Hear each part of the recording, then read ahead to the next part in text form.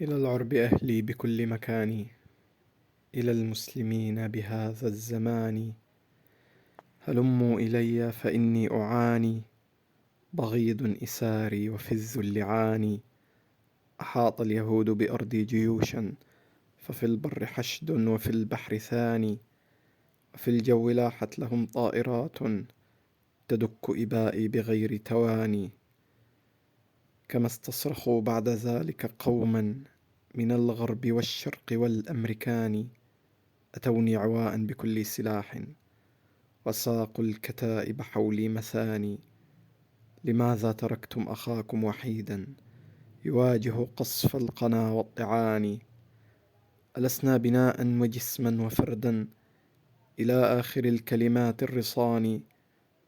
فهذه دمائي جوارك سالت بأسلم نصل، فهل تدمعان؟ وكانت مساجد آلت خرابا ودك الديار، فهل تشعران؟